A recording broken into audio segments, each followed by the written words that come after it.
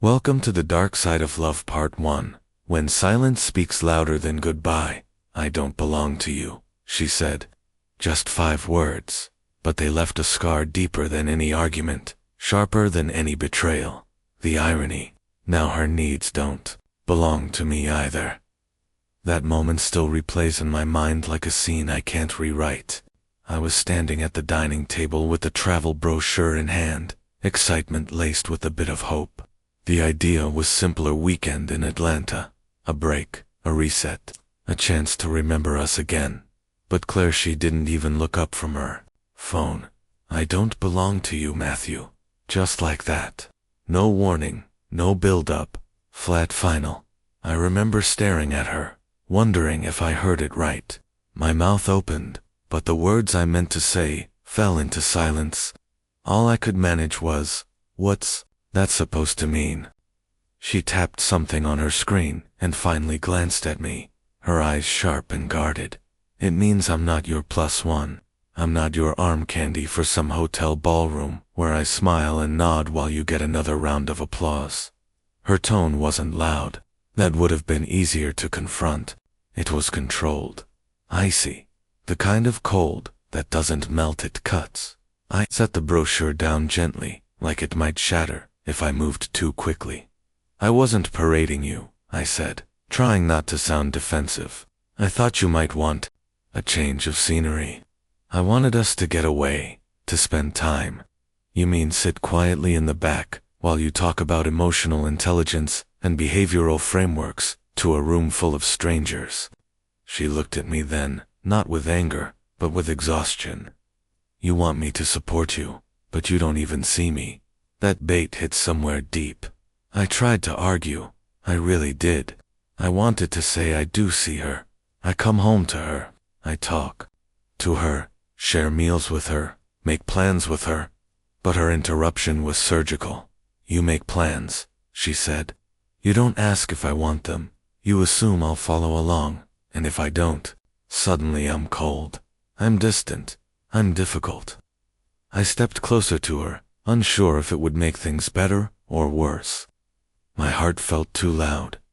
"Claire, what's happening to us?" Her response was quieter now, but her voice shook with something between fear and truth. "I feel like I'm vanishing. Every part of my life revolves around you, your schedule, your lectures, your public image. Somewhere along the way, I stopped being someone. I became your backdrop." And then, like a final breath before the silence, she whispered, "Maybe I forgot who I was when I married you. Maybe I'm trying to remember." And just like that, she went back to her phone. No door slamming, no tears, just me, standing in a kitchen filled with echoes of our old laughter and the ghost of a conversation that never happened. I left with a suitcase only half packed, and a heart full of words I'd never get to say. The hotel room in Atlanta was exactly what you'd expect: neat, modern, impersonal, neutral colors, sterile light, generic artwork that couldn't offend or inspire. I dropped my bag on the floor and sat at the edge of the bed, laptop open, my fingers frozen over the keyboard. "Empathy isn't optional in relationships," I rehearsed aloud. "It's the bridge between experience and understanding." I paused. The words felt robotic, hollow. I stared at the wall for a moment, then checked my phone. 2 texts from Claire. "Hope your flight was smooth. Good luck tomorrow." Nothing more. No miss you. No call me after. No warmth. It was the kind of text you send a colleague, not a partner. I read them again, thinking maybe there was something between the lines. But there wasn't. She'd sent exactly what she meant. And that silence between words, that said everything. I told myself this trip would give us space. That time apart might reset the clock. But all I felt was unmoored, like a boat cut from its anchor, drifting further from the shore I used to call home. The quiet in the room was overwhelming. I missed the sound of her mug hitting the counter, the way she'd hum under her breath while cleaning up after dinner, the smell of lavender she always wore, subtle but grounding. I stood and looked out the 6th floor window. The city was alive, cars snaking down avenues, people bustling with late-night errands or early morning escapes. I wondered how many of them were faking it too, smiling while their hearts lived somewhere else. That night, I lay in bed with my phone turned face down. I didn't want another polite message. I didn't want to keep refreshing, hoping for something that felt like her, the real her. The one who used to text me, "Can't sleep. I miss your dumb laugh." That Claire was gone, and maybe, just maybe, I'd finally stopped expecting her to come back. I always thought emotional neglect was something slow, like rust. You don't see it until it's too late. But now, I know it can hit like a wave. Sudden, drowning, complete. Here, I was, a psychologist rehearsing a speech on emotional connection, sitting alone in a room, disconnected from the one person it should matter most to. The next morning, I gave the speech. Rows of people stared back, students, therapists, couples, curious eyes, tired eyes, a few hopeful ones. I should have been nervous, but I wasn't. Distance gave me clarity. It's strange how loneliness sharpens the truth. I adjusted the mic. Empathy, I began, isn't about saying the right thing. It's about being willing to feel what someone else carries. It's the only bridge we have in love that doesn't collapse under pressure. I shared stories, some clinical, some personal, some that hit too close to home, but I didn't censor myself. For 35 minutes, I stopped being the man who waited for a text that never came. I was just a human, trying to remind people that love isn't about grand gestures. It's about being present when it's inconvenient. It's about showing up when it matters most. The applause afterward wasn't loud, but it was sincere, a soft wave of validation that I hadn't expected. An older couple approached me afterward, 70s, maybe, weathered hands clasped tightly together. "You said empathy is a bridge," the man said, voice fragile. "We almost didn't make it. We thought love was enough, until we finally started listening." His wife smiled. There was pain behind her eyes, but also peace.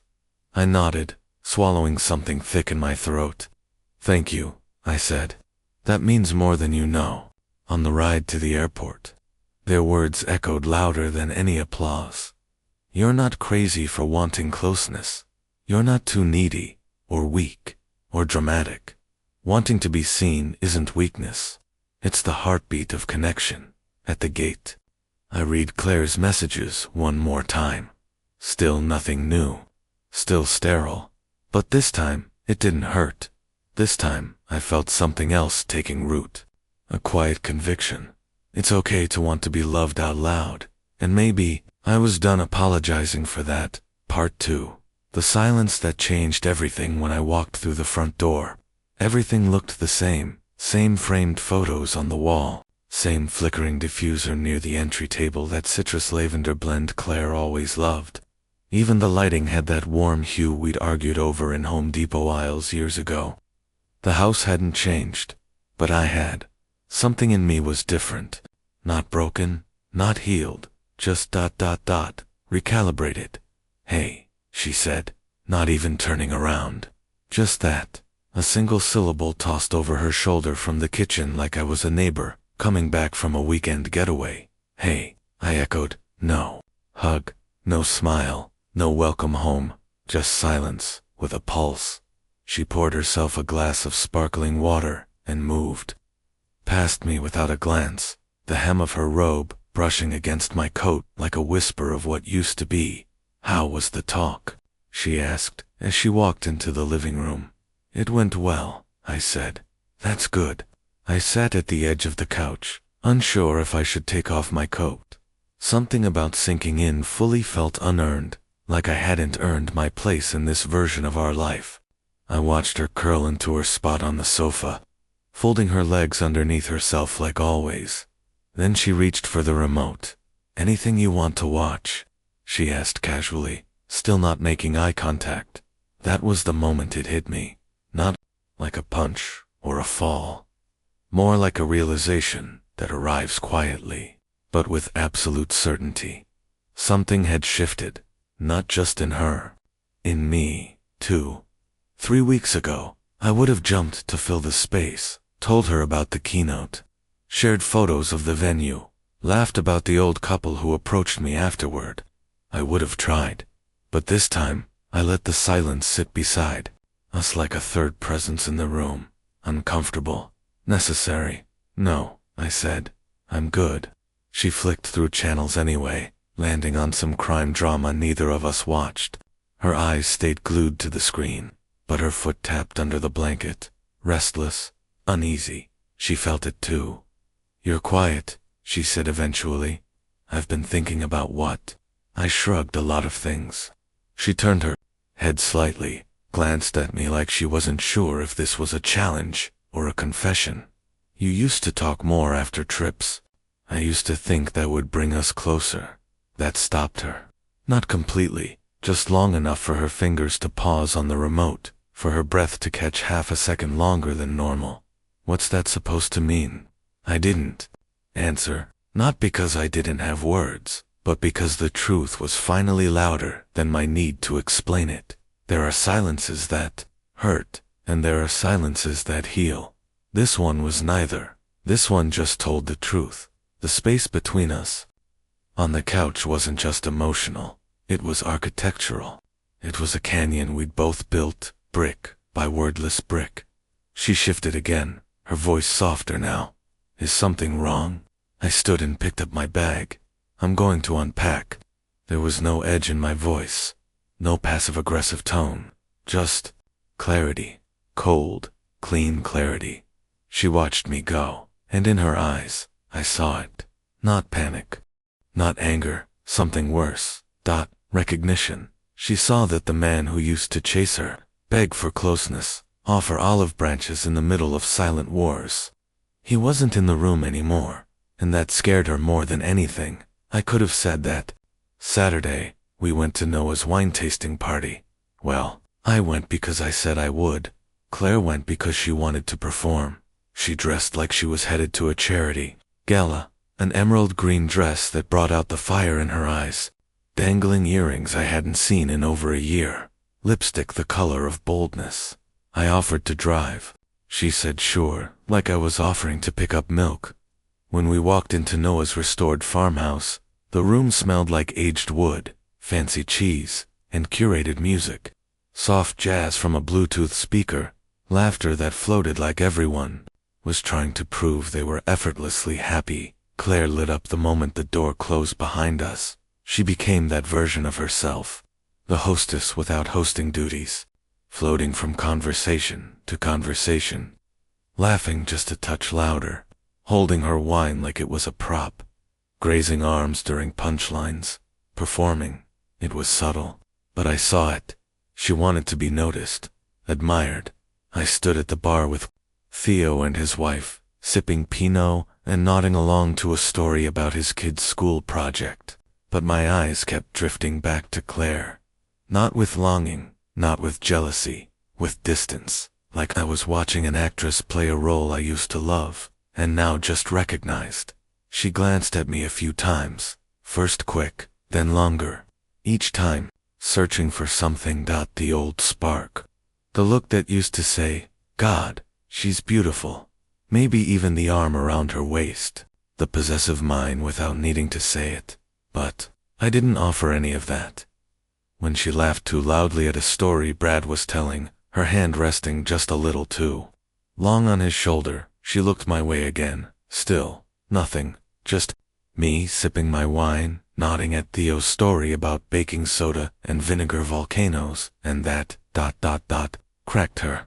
She came over 15 minutes later, wine glass in hand, shoulders squared like she was bracing for impact.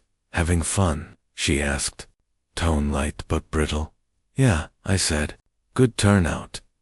She tilted her head. You've barely looked at me all night. I met her eyes then, slow and deliberate. I didn't realize I was supposed to. There it was, that flicker. Not offense, not anger. Doubt. She didn't know where she stood. She didn't know who she was in my eyes anymore. and that terrified her. Because Claire always knew how to command a room. But for the first time, I wasn't watching the show, and the silence of that missing applause. It echoed louder than the jazz. She drifted back to the group, but something had changed. Her rhythm cracked, her charm felt, performed. People still responded politely, but she lost the ease. The glow dulled. The way she scanned the room near the end of the night, alone by the olive platter, swirling her wine like it held the answers, told me everything. She wasn't looking for connection. She was looking for me, but the version of me who used to light up when she entered a room. He wasn't clapping anymore. That night, the house was suffocatingly quiet, the kind of silence that doesn't invite rest. It buzzes. It hovers. We didn't talk in the car. She looked out the window the whole ride home, her fingers twisting the hem of her dress like she was holding in every sentence. She'd swallowed back at the party. I didn't pry, didn't ask, didn't offer comfort. I let the silence speak for both of us. When we got inside, she moved to the kitchen out of habit, opened a bottle of water, stared at the counter like she couldn't remember why she was there. I went to the living room, sat down on the couch. No TV, no music, just the soft hum of the fridge and the subtle creak of a house settling into its own weight. Minutes passed. Then, I heard her footsteps. She walked into the room and sat down beside me. Not close, but closer than she'd dared in weeks. Her knees pulled up, shoulders hunched, small, fragile, like a child afraid of her own truth. Then, almost inaudibly, "Do you still love me?" I didn't answer right away. I looked at her profile, backlit by the soft glow of the corner lamp. She wasn't wearing makeup. Her earrings were gone.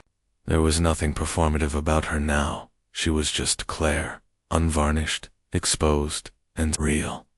"I can't love what doesn't see itself as mine," I said quietly. Her breath hitched, a sound barely audible, but it cracked something open. She turned toward me fully, eyes wet. Matthew. I didn't go to Atlanta because I felt small. I didn't say anything. I needed her to keep going. I didn't think I belonged in your world. I thought I'd embarrass you, that I'd fade into the background, or worse, drag you down. "You think I see you like that?" I asked. "No," she whispered. "But I see you walk into a room and people listen. They lean in. You have this gravity, and I stand next to you and feel like a shadow." Her voice cracked now. She wasn't performing anymore. I thought staying behind would protect me from that, but it just made me cold. "I didn't want you to see me insecure, so I pushed you away first." She cried then, quietly. No drama, no apology, scripted in advance, just truth, raw and aching. "I was trying to protect myself," she said, "but I ended up hurting the only person who ever made me feel safe." I didn't speak, not because I didn't believe her, but because something in me was still trying to absorb the honesty of it. It wasn't sudden. It had been building like all real truths. It waited until she was brave enough to let it out. "I miss us," she whispered. "Not the polished version. The messy one. The one where we talked about nothing for hours. The one where we felt like we were on the same team." I turned to her, met her eyes. "I invited you to Atlanta because I wanted you there," I said. "Not as a prop, not as an accessory, as someone who makes me feel grounded." She nodded, lips trembling. "I'm sorry." And for the first time in months, I reached out. I took her hand, not as a symbol, not as forgiveness, but as a beginning. Her fingers curled around mine like they'd forgotten how to ask for safety. We didn't say anything more. We didn't need to. Sometimes silence isn't absence. Sometimes it's space. Part 3, where love learns to breathe again that night. She didn't go to the guest room. She came to our bedroom instead, the one she hadn't stepped foot in for weeks.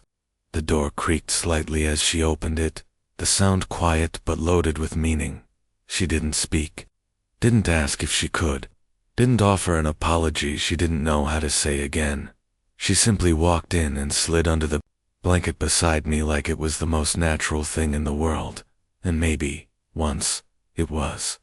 We didn't touch, not even our knees, but we were in the same space, in the same bed, and the absence of distance felt more intimate than any kiss. She faced the ceiling. I faced her. She didn't hum herself to sleep like she used to. There was no whispered goodnight, no hand reaching out across the sheets, but her presence, after weeks of emptiness, filled the room, and that was enough. The next morning, I found her in the kitchen. No makeup, no earrings, no robe, just Claire, in an old sweater she used to wear on rainy Sundays, her hair pulled into a loose bun, barefoot on the tile floor. She was scrambling eggs and toasting bread like it was a memory she was trying to recreate. "Sit," she said softly, nodding toward the chair. I obeyed, not because I was hungry, but because she'd offered something real, and I didn't want to reject that. She poured coffee into my mug. No cream, no sugar, just the way I liked it. Like she remembered details, even when she pretended she didn't care. "It's not much," she said, placing the plate down, "but I figured we could start the day together." It was the first breakfast we'd had at the table in months. We didn't talk much. She asked if I still preferred over easy eggs. I said yes. She offered me the better toast, the one that wasn't slightly burnt. It wasn't romantic. It wasn't profound. It was present, and that was new. Later that afternoon, I had lunch plans with a few colleagues from the clinic. Claire hesitated in the doorway as I got ready.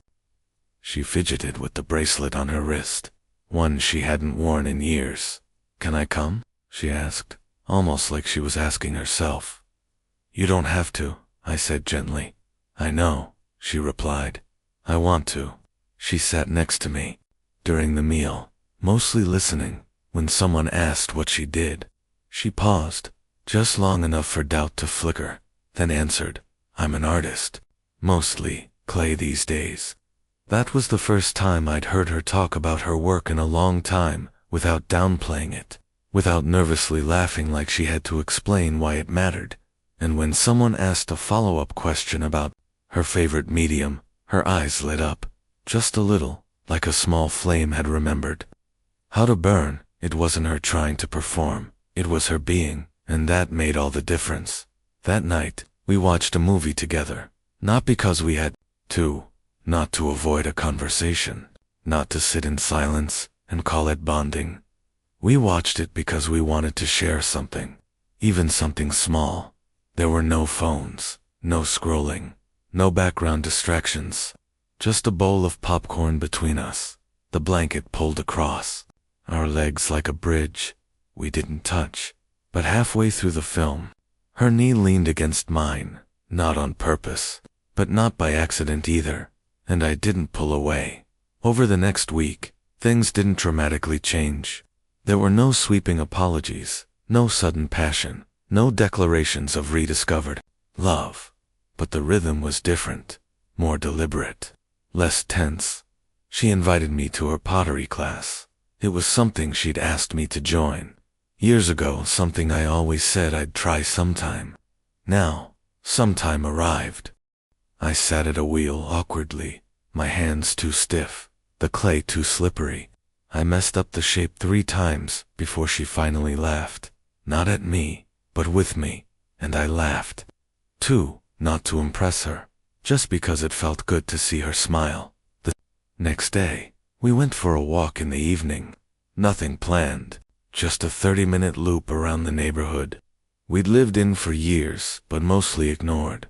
We passed the same homes we'd never really looked at. She pointed out a cat in a window. I mentioned the house that always smelled like cinnamon.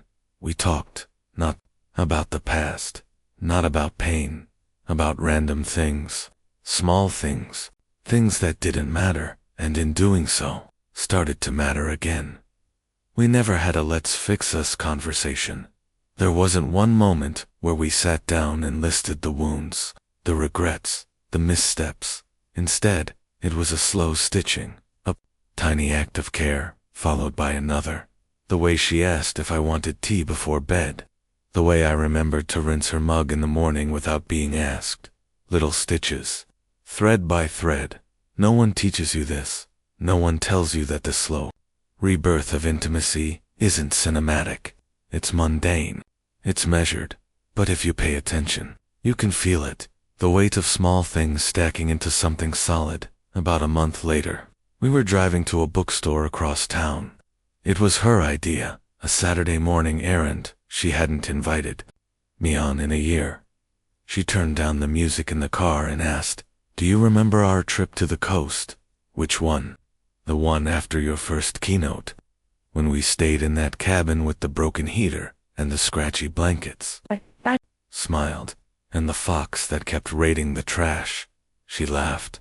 "God, that fox." We laughed for real. Like we'd dropped our weapons for a moment. Then she went quiet.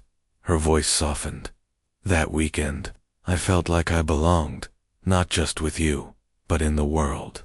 I glanced over at her. She wasn't looking at me, just staring out the window, her reflection quiet and reflective.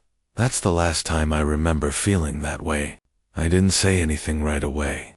The truth didn't need to rush. It had waited long enough. "Let's go back," I said eventually. She blinked. "What? To the cabin?" "Let's go back. Broken heater and all." She looked at me this time, really looked, and smiled. Not a grateful smile. Not a thank you for rescuing me smile. A real one. One that said, "Maybe. I'm starting to believe in us again." We went back 2 weeks later. Everything was the same. The broken heater. The weird smell near the bathroom. The rustling sound. At night that was probably another fox. But something else had changed. We cooked pasta on the tiny stove. Played cards by candlelight. Shared the same blanket on the couch without the silence feeling like a wall. She reached for my hand in the dark.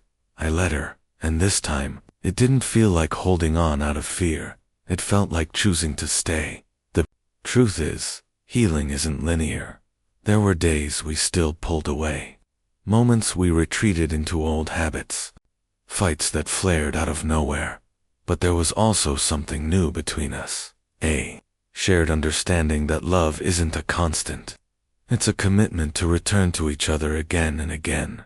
To show up when it's hard. To speak when silence feels safer. To listen when you'd rather defend. Claire and I didn't become a perfect couple. That wasn't the goal.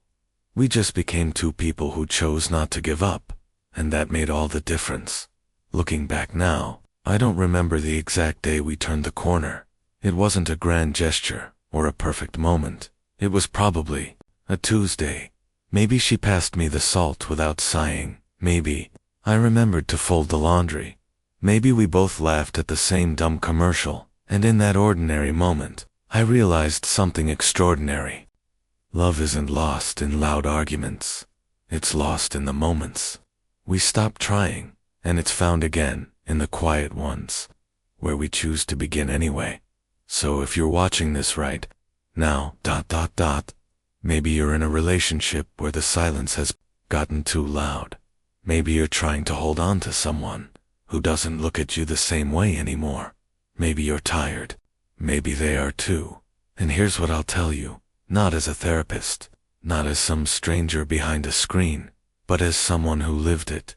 You are not weak for wanting to be loved out loud. You are not selfish for needing to be seen. And you don't have to beg for what should be freely given. But if there's still a heartbeat under the silence, if there's still the tiniest flicker in the dark, then maybe, just maybe, you can find your way back. Not to what was, but to something new, something real, something worth choosing again.